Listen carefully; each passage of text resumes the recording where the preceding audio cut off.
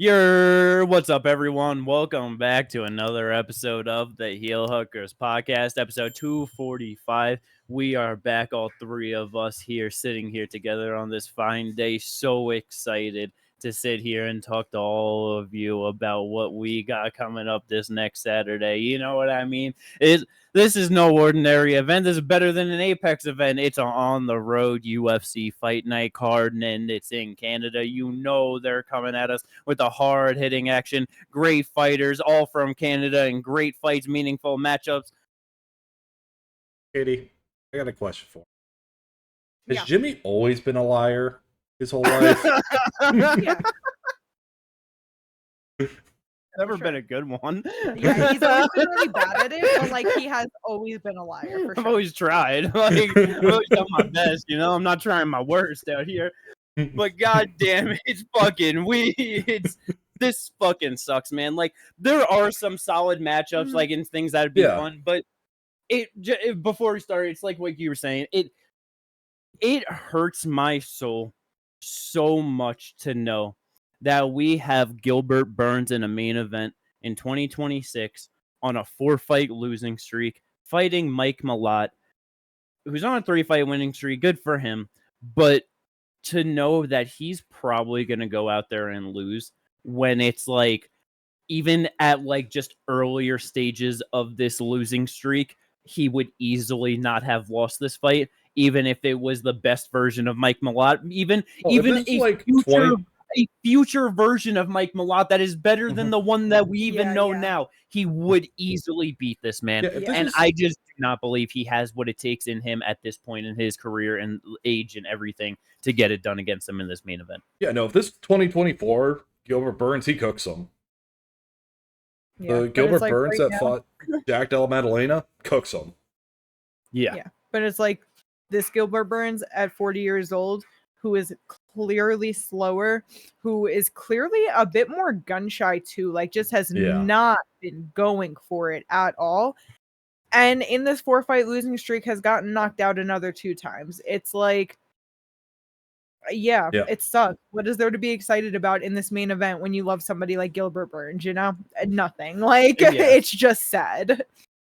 And that's where it's like, if you're Canadian, if you're a Mike MALOTT super fan, I'm sure you're really happy for him in this opportunity and potential fight. It is a great spot for him, a great fight, a great name to get on his resume. But that's where it's like, as a fucking Gilbert fan, man, like this dude has always just truly seemed like one of the nicest people in the sport. You know what I mean? I don't think I've ever heard a fucking bad person or a person ever talk about bad about him. You know what I mean? Like it's funny, like even with like fucking Kobe talking. I was about to say, never even said anything actually bad about him. You know what I mean? Like, it's like, what can you say? Like it's just what? Because I was about to say. Even like Colby never was saying anything about Burns. Like even when they were both in the title picture, he wasn't really saying much. Of course, I think that's also partially because Gilbert was a horrible stylistic matchup for him. Yeah, it's like I feel like as of recently, I feel like if anything, he might have said stuff with just like him ducking him or whatever, you know. But like that's where it's like you can't talk shit about the person or the human of Gilbert Burns or even really just the fighter. You know, he has had so many great wins, done so much good in the sport. And just this 4-fight losing streak, the decision lost to Bilal going into that fight injured. Or no, sorry, it was Bilal that went in. Yeah, he got injured from the kicks of Bilal during the fight. Loses to Jack. Jack gets injured in the fight, and fucking Gilbert's doing great, but he's able to find the fucking way to just get the knockout over him. Looks awful in the Sean Brady fight, losing a decision. Awful. Like that was just like that what was is when, going like, we on. really just noticed like bro's like actually looking gun shy, because then I'm pretty sure he came out with it was a bad weight cut, and we were like, okay, give you the benefit of the doubt type shit. But then in the Michael Morales one, didn't last long. Obviously, Michael Morales is a monster, but even then, it was just like, what are you doing? Just looking slow, kind of stuck in the mud, and not going for it when he could have even been throwing out a jab or something, you know? Like it was just like, Because in my head, honestly, I feel like with that one, like I don't like remember exactly, but I feel like that one it was more of like just reckless of like just like he would just kind of be there and then just like kind of go forward and just blitzing moments, you know, and just like kind of just like in where it's just like just this thing where it's like he's older and where so it's like okay, not having the confidence of whatever, and so it's just like oh I gotta go kind of, you know what I mean? Like it just still did not look good, and obviously that one it's like Michael Morales, yeah, fucking monster, terrible matchup, you know what I mean? Like, but it's so rough, man. Like it is. Yeah, and it's like we see it all the time where it's like oh you know. Dude's on a 4-5 whatever fight losing streak, but this name isn't like any of the other names. And they still lose anyway, you know? Like, I am just so unhopeful in this fight. Mike MALOTT is a -600 favorite for a reason. Like, it's, like I said, it's just sad, man. I feel like Gilbert Burns is about to get beat up. And do you think he's going to retire? If he loses, I think that's very possible. That would just suck, though, to, like, retire in Canada, like, just on the spot, you know what I mean? Like, a dude that absolutely deserves a package and, like, a fucking send-off of an easy-ass fight. Like, bring back Reese McKee, you know? You like, could do some, like, you can make a really good highlight pack. Gilbert Burn highlights. You really could. Oh, yeah, bro. Just like that. Like that fucking Damian Maia knockout, that fucking left hook that he landed on him, just to fucking propelling him into the top of the welterweight division back fucking, when was that, 2019-ish? 18? 2020, yeah. Like that was such a good win for him. Like he has just had so many tough fights. Like he has always been that guy to fight anyone, anywhere, anytime. Like 24 fights in the UFC, man. Like made his debut in 2014. Like and even of just one of those things where it's like on a 3-fight losing streak, and he's going to fight Michael Morales, and we're all just like, brother, what are you doing fucking taking this fight? You know what I mean? And then he's just talking about it on his podcast, and he's just like, to him, I'm on a 3-fight losing streak. Who am I to fucking ask or like turn down fights or anything? Like I have to just take who's in front of me. That is his fucking mindset. That it just like it makes sense. Like, yeah. And like you said, making his UFC debut, 2014, like Christos Giagos, Alex Oliveira, grappling matches with Davi Ramos in that time, fucking Rashid Magomedov, or is just some other good names, Dan Moret, Dan Hooker, OAM, Mike Davis, Alexei Konchenko moving up to 170 pounds. Welterweight debut. They give him a fucking 20-0 undefeated fucking Russian, and he goes out there and beats him. Like, absolutely incredible, man. Gunnar Nelson, Damian Maia beats Tyron Woodley, then fights his teammate Usman for the title, beats Wonderboy in the decision, has a war with Hamzat that should be in the Hall of Fame someday, because oh my god, that was such a good fight. First man to ever show the world that Hamzat was human. Yep. I'll say the Kill Cliff guys, if you notice, both of them went to decision with Hamzat and gave him hard fights. They know something. Oh, like they're good fighters or something. You know what I mean? Like it's almost like being one of the welterweight goats and a fucking damn good top contender for years. It is a pretty damn good test of something. You know what I mean? Like it's first round arm triangles Neil Magny, which is amazing to see after that loss. Yep. And yeah, just the current 4-fight losing. Damn. And then even getting the win over Masvidal, like a super quick fucking turnaround, taking that fight. I'm pretty sure that was in Miami, if I'm not mistaken. Yes, it was in Miami.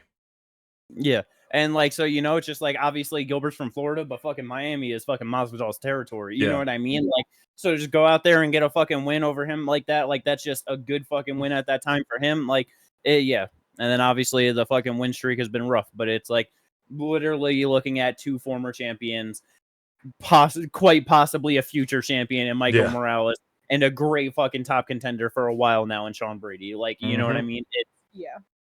Sean Brady was literally, if he beat Michael Morales, was going to be in talks for a title shot. Like, that's where he was sitting at with that. Yeah. So it's like, yeah.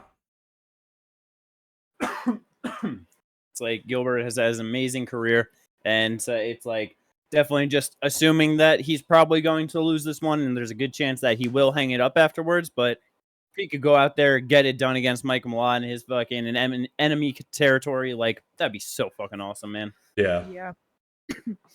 It would be awesome though that if he does decide to retire, I hope he let the fucking UFC know beforehand. You know what I mean? Just like, hey, this might be it.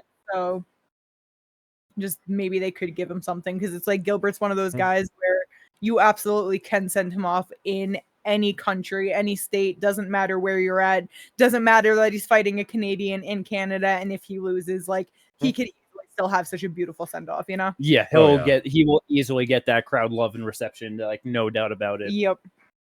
And it's one of those things because it's like Canadians, like at the end of the day, their boy will win, so you know they'll just be happy like for that. So like just have no problem giving him that love and respect. Like yeah.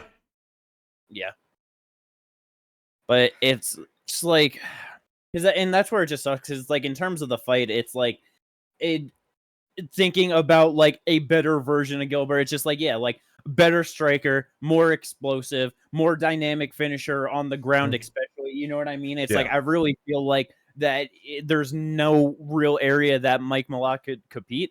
At this point, I'm definitely going to assume that MALOTT's not going to still try and engage with the grappling of Gilbert at all. That would be silly. Yeah, like I'm definitely just going to assume he's going to look to probably stay on the outside and just land big shots on Gilbert when he gets the opportunity, land combos when he can, finds those moments, and probably look for a big knockout win in his home country, honestly. That's what I'm thinking. Mike MALOTT shoots on a takedown. Gilbert wraps up the Dars. Come on, shoot a fucking outside double leg early in the first round. You know what I mean? That nothing would make me happier, brother. But yeah, and it's like just the losing streak of Gilbert, and it's not too long ago, fucking Izzy and Joe Pyfer. You know what I mean? Yeah. And it's like Izzy on a losing streak. Look at this competition that he's lost to. Joe Pyfer in the same kind of vein, because it was also on a 3-fight winning streak as well going into it. 3-fight winning streak for Mike MALOTT. Trevin Giles by UD, Charles Radke by second round finish, Kevin Holland by UD that he kicked his nuts to pieces. I was gonna say Kevin Holland by he has done nothing to show us that he could ever compete at the level that Gilbert Burns was ever at. You know what I mean? No, he got smashed by Neil Magny. Yeah, like dominated by Neil Magny in that fight. Like absolutely exhausted and then finished. You know what I mean? Like it is. So it's just like I still this believe fight all around. Yep. I still believe in Gilbert's ability to go out there and get it done. I hope so. I will definitely pick him on Tapology for it, because that's just is what it is. I got root for my boy. Let's go. Going on to the co-main event though. It's one of those things where it's like I feel like in terms of looking at it, it's not the greatest co-main event in terms of like just name value matchup, like future of the division, everything. But that shit's gonna be damn fun, man. Oh yeah. Kyler Phillips taking on Charles Jourdain at 135 pounds. Charles Jourdain getting his opportunity as a top 15 contender. How you guys feeling about this one? It's gonna be fun. Yeah. This one, oh my gosh, because, you know, talked about it a million times. Kyler Phillips, pound for pound, worst cardio in the UFC. And it's like exasperated when grappling is involved. Yeah. Charles is probably going to push the grappling in the first round. So even if Kyler has a good first round or whatever and wins that and doesn't get him out of there, Jourdain is about to win the back too. Kyler's never been finished before, so he might not get it done. But it's like, if this shit goes to a decision, I feel like Jourdain's going to get this shit done. Like, yeah, I really, and I know he's really be not winning decisions. Like, I know he'd be losing them, but it's like, bro, grappling and Kyler just don't mix. Nope. No, yeah. Like I honestly feel like Charles Jourdain is probably gonna go out there and finish Kyler Phillips. Like I know you said that it hasn't, but like it hasn't been finished before. But it's like no, and I'm not saying he can't, but that's what I'm saying. Like if he doesn't, I still think he can win that decision, though. You know? Yeah, easy. Like that's for sure. I'm favoring Charles Jourdain to win this fight. Like that's just for sure. He is so like he's starting to like put his skill set and everything together better and just become an overall better fighter.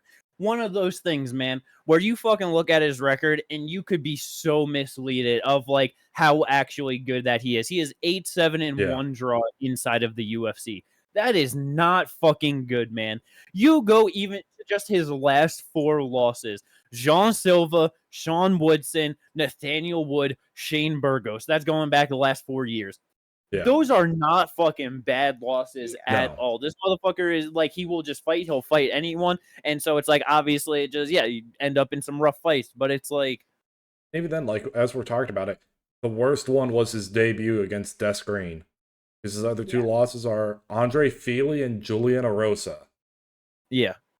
And because it's like, at this point, he's 30 years old. You know what I mean? So it's like, losing to Julian Erosa, that was 5 years ago. You know what I mean? He's 25 years old, only been in the UFC for a little bit. You know what I mean? It's like, he's such a good fighter. He goes for the finish. He's very dynamic on the feet and on the ground with the submission threats. It's like, he is going, especially in fucking Canada, man. He's going to push a pace in this fight and try to put on action and bring a war to Kyler Phillips. This motherfucker, like you said, is not going to have the cardio to be prepared for. I would be pretty damn surprised if he makes it out of the second round in any sort of good shape at all. Like, he might have Kyler panic shooting, which then Charles. He's getting he's gonna get killed. His past 4 finishes are guillotine chokes. Yes, and honestly, and that's where it's like, I can so see that happening, where he's putting on a pressure on the feet and throwing big shots, and Kyler doesn't like it, and he just shoots on something because he will go to the grappling and try and mix it up, and his neck is getting fucking yoinked up because of it, man. Which is like, so funny to me. Yeah, man. Like, Charles Jourdain for the finish. Let's fucking go, man. He's gonna make this shit fun and awesome. I hope he gets it done. Same. The featured bout, not a big name featured bout at all. Mandel Nalo taking on Jai Herbert. Jai Herbert has he's been finished quite a few times at this point in his career. He has 6 losses. Oh, I thought he had more knockout losses. Honestly, I thought it was like 4 or 5. Still 3 knockout losses. He's definitely does not got the greatest chin. That is for sure. Mandel Nalo, 36 years old, making his UFC debut. He is one of those things where he's not got a lot of time, but this dude is damn fucking good. I remember just like watching him in Bellator, and it's like, he has just got some good, fun, solid striking, and I really feel like he's just gonna go out there and fucking beat the shit out of Jai Herbert. Honestly, it's possible. It's one of those things of, because it's like, UFC debut. He's 14-3 in his career, so like almost 20 pro fights, 36 years old. I really don't think there's going to be too much of like octagon jitters or anything for him, you know? No. In his home country of Canada, he's going to go out there and fucking cook, man. Like, that's just... Yeah, more likely. Probably get some fun stuff out of it. Yeah. Like, that's going to be a banger. It's going to be fun for as long as it lasts. Just watch out for the head kick. Yep. Yeah, I honestly feel like Canadians are going to be pretty good on this card, not going to lie. Because next fight on the main card, Jasmine Jasdavicius, your girl, she's back, taking on Karine Silva. I feel like this is a very good fight for her. I also think that, because it's like, Karine Silva is a grappler, and I know that Jasmine likes to go to that too. But since being in the UFC and like getting to a higher level of fights, it has just not been impressive. Yeah. Like, she looked real good at first against, I don't even remember this girl, Poliana Botello. Yeah. Can't remember her. Kevin Souza, Marina Moroz, like, it, okay, certain level. But then once she got to Ariana De Silva, Viviana Aruja, Diana Barboza even, like, just wasn't a great fight. And then Macy Barber, it's like you could see the one-track mind of, I have to grapple, I have to try to go for this, I have to do this, and it doesn't get her very far unless she's fighting people that don't really know how to deal with it, or she can kind of lay and pray her way out of it, you know? Yeah. And like, Jasmine is way better than that. Yeah. She's way more physical, way more dynamic, and just the abilities everywhere, that it's like, I don't think that she's just going to be, Karina's going to be able to score easy takedowns on her. So it's just going to kind of resort to her just grabbing clinches on her. And it's like, Jasmine's just going to end up eating her up over time, man. Like, whether it's on the feet or just trying to do more in the grappling, it's like, I'm not sure if Jasmine's gonna go out there and get a finish. But I feel like she definitely wins a decision over Karine. Yeah. And shit, she might. She gets a lot of finishes in Canada. That's very true. With Karine trying to push the grappling, who knows? Maybe she'll just open herself up for a sub. That'd be awesome. Yeah, that would be. Yeah. Well, we just get it'd be great if we just got some real fun scrambles in this fight, honestly. Yeah. I just love a fight with good scrambles, man. It just always makes it so exciting. Oh, yeah. Let's go. Hoping for a Jasmine win there. See how it all plays out at 125 pounds. Get her a nice bounce back win after that rough loss to Montefiore. But it was quick enough that, nothing really happened. It didn't actually happen. We just move on. You know what I mean? She's still on a win streak if she wins this one. That's all that matters. If she loses, then it's a 2-fight losing streak. If she wins, then it's whatever the win streak will be. Okay. But yes. That's Fair how enough. it works. Yes. Next 2 fights on the main card are nowhere near as fun or interesting overall to me. I don't know how you guys are overall feeling though. Fights. I mean, I don't know. Thiago Moises and Gage Young could be a fun fight. Yeah. Yes. Thiago Moises, he usually is in a fun fight. Gage Young, I vaguely remember him. I know he's been in he's 1-1 in the UFC. I know he lost to Salkiel on Contender Series, but vague memory, but I feel like he pushes at least pressure, right? I mean, his last fight was against Mahashate. If you remember that fight at all. And then Evan Elder before that. Strikes land per minute 5.71, strikes per minute 5.82. So okay, so he does push pace. Good numbers for fun fights and being a bad fighter. That's what I thought. So I feel like we should get a fun scrap. Yeah, for sure. And then it's Bazookia versus debuting fight. Yeah. Are you guys worried about Thiago though in this one? I feel like it is one of those things where I know he's only 31 years old, but I wonder if he might be one of those people where it's just a young old kind of thing, a real Tito Ortiz out there. I mean, he's got 15 fights in the UFC already. He's been knocked out 3 times. It's just even in fights that he didn't get knocked out, just taking a lot of damage. It's easily could be something, but Gage Young might be bad enough to still lose the fight, though. It's also just weird though how he's lost, who he's lost to, because his last 2. Out of his last 3, 2 of them are KO TKOs. Because it's he lost to PSD via KO TKO. Makes sense. His next loss is Ludwig Klein, which he went to a decision. And then I'm pretty sure Ludwig grappled him a bunch of that one. Yeah, he did. And then Jared Gordon overhand right knockout. Yeah.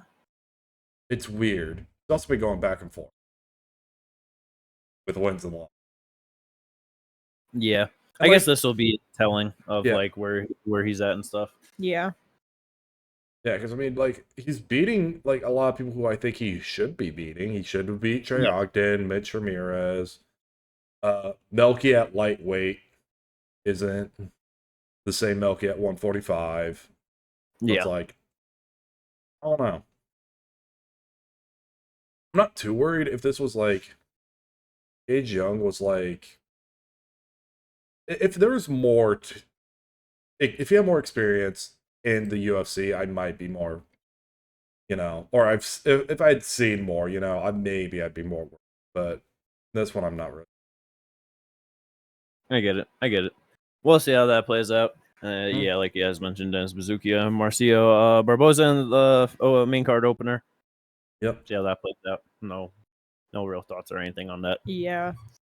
Kind of the same for me following through to the prelims. No, man. There's big thoughts, big feels here. What are you talking about? We got the return of Tanner Boser and Robert Valentin on this card. How is Robert Valentin still in the UFC 0-3? Why is Tanner Boser I guess he puts on fun fights, and because he's fighting somebody from Canada making their debut, so feels like an easy one. True. Tanner Boser back at heavyweight. Yeah. Against another guy making his debut. There's 13 fights on this card, and in 6 of the fights, someone's making their debut. God damn. Yeah. Another one of those cards. That's why it's so hard to have fucking too many thoughts and feelings, because what does it mean? Also, Tanner Boser right now is 5-5 in the UFC, and he's currently on a 2-fight winning. Good for him. Not in. Oh, I guess one of them is in the UFC. One of them was in the UFC. It was his last fight in the UFC. Yep. Then he fought one time in the UAE, and now he's back. Yep. That's how bad heavyweight is. They say, listen, we'll bring you back strictly if you decide to be a heavyweight. Hey, they need heavyweights, man, in just general. I get it. Trying to boost its credibility. Yep, I understand. But yeah, it's like, there really is not that much on the prelims. Fucking Melissa Croden, Daria Zelezniakova, or something like that. JJ Aldrich, Jamie Lynn Horth. I might end up being an okay fight, honestly. Yeah. I feel like Jamie Lynn Horth in Canada is going to try and show. Got flyweights on the prelims. That should be fun. Yeah. Luan Nascimento probably going to sub Mitch Raposo. Yep. Probably. Like that. Castaneda fighting someone like their debut. 4-1, bro. Like what? Yeah. It's like it's just insane. What was it? And he got subbed by Jake Hadley on Contender Series, so Alana Cemento is absolutely subbing the shit out of this guy. Yeah. Mitch Raposo won. Like it's just Cemento. Yeah, no, why is he? Yeah, that's what I'm fucking saying, bro. Like it's probably because of all the canceled fights. I guess so. Yeah, it's just he wasn't a part of that though. Weird shit, man. Just weird shit. I don't know. UFC matchmaking, John Castaneda versus Mark Vlogden. Nothing there really. And then Jamie Siraj versus John Giannis. Those are names. Oh, okay. You know what? The one thing that I will say, at least I guess about this 135 fight with Mark Vlogden, I didn't realize he was on the losing end of the fucking sounded familiar. That's why I was like, let me click on him. Ginger, I don't know if you ever went back and watched this fight because I know I put it in the thing, but this fight was actually genuinely so good on Contender Series on Mark Vlogden versus Adrian Luna Martinetti. If it was in the UFC, it would have been a fight of the year contender type shit. Like actually really fucking good. He was on the losing end of that, but one of those ones where I was like, you know what? I get why they gave him a contract. So this one actually could be fun. I'll give it that. Yeah, he like that Contender Series fight went all 3 rounds. He landed 117 significant strikes. His opponent landed 165 and 3 takedowns. They attempted total strikes 329 and 303. Yeah. So crazy numbers. Those are Curtis Blade, Josh Rocket numbers right there. You know what I mean? 3 of 7 takedowns and 0 of 1 on the other guy. That's almost exactly 2. Oh, for real. But the good call on just remembering that because I knew the name looked familiar, but that should be majority. I said so that should be a banger. Yeah, it's just like a lot of these fights. It's just there's no implications really. None of these guys that we're talking about are, besides for Nascimento, are really close to the top 15 or they're making their debut. And it's just like there's and because even with it, it's just there's no one that's really has big traction really either. You know what I mean? Like fucking Mike MALOTT is literally the only thing going for Canada right now, on like the men's side. And it's just like, obviously it's one of those things where we're not in Canada, but like nobody gives a fuck here, man. You know what I mean? Yeah. Like I've never heard one person or seen one person talk good about Mike MALOTT in any way of like, he's a legit guy, like moving up. You know what I mean? It's just like, good for him to do this, but like, I would say you see people talking way better about Charles Jourdain than you do Mike MALOTT. Oh, Everyone loves easy.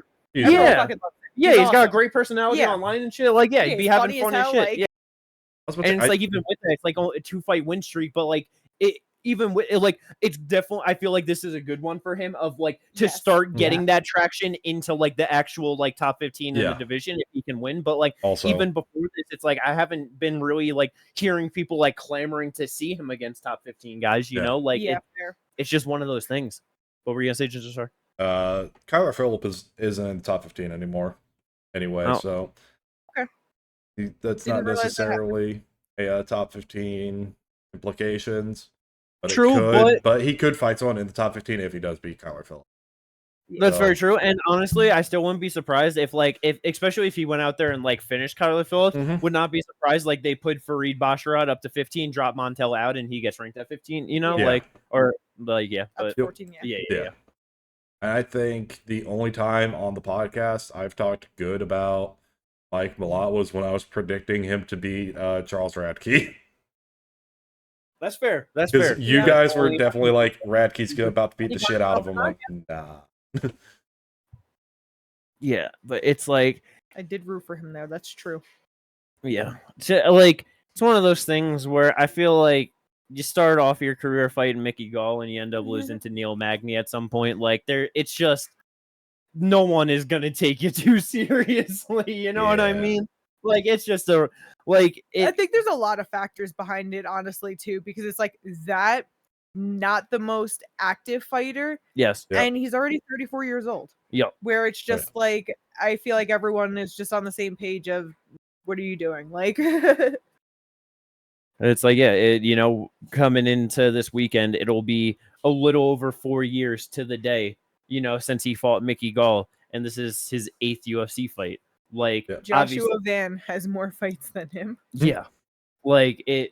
It's one of those things where obviously 2 a year isn't a terrible rate, you know what I mean? No, but it's it just feels like he's one of those people of it's just always so far apart, or I don't know. It just never feels like he's one of those guys that's in the talk or just what's going on. And I mean, when you're beating Mickey Gall, Johan Lainez, and Adam Fugit, it's kind of all right, that's nothing really there.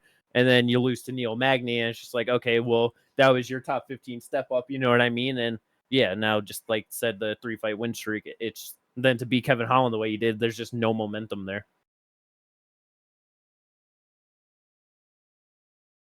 But yeah, so that's it's hilarious that Kevin Holland has twice as many fights since Mike MALOTT made his debut.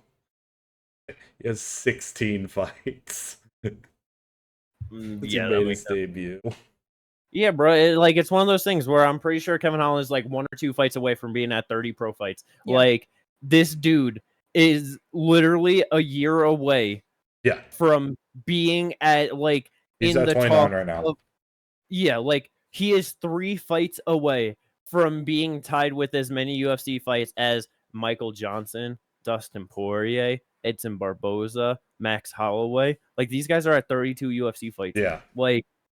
That this dude's been here for 8 years. Yeah, bro made his debut August of 2018. Not even a full 8 years. Yeah. And these are guys that have been here since the early 2010s. You know what I mean? It's fucking closer to fucking 20 years than 10 years. You know what I mean? Yeah. It's insane. But yeah. Let's go. That is the Canada card though. We're supposed to have Gavin Tucker versus Doo Ho Choi on the card, but then Gavin Tucker retired. So that was turns out he retired, yeah. It was funny because it was supposed to be Doo Ho Choi. No, sorry, there was a different fight, but yeah, another Choi got injured. That was supposed to fight on this card as well. Yep. Supposed to fight Andre Lima. Yep. I read the name too fast. I'm like, oh, he was supposed to fight someone else, and then they tried to get Gavin Tucker, and it's nope. Yeah, I did the same thing earlier. Okay. But yeah, that's about all that we got for this card. I feel like there is is there a PFL event that's going on on Thursday? It was supposed to be Paul Hughes fight night, but he ended up pulling out. So now it's JJ Wilson versus fucking Kelly, Dora Kelly. How do you pronounce his first name?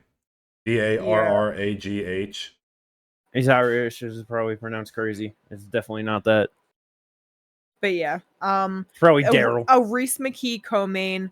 The only fight that is crazy. Tyson Pedro's about to get the shit beat out of him because featured bout it's him versus Dovletyan Yakshimuradov. But other than that one fight, it's they got Cowlin Lowry. Oh god, right? Yeah, these are the names that I'm pulling out. You feel me? Pedro Carvalho on this card. Yeah. So it's barely a card, bro. Yeah, I just remembered GH is a K because it's Lochran, so it's probably Derek or Darek. Darrick Kelly. There you go. Yeah, so that's that.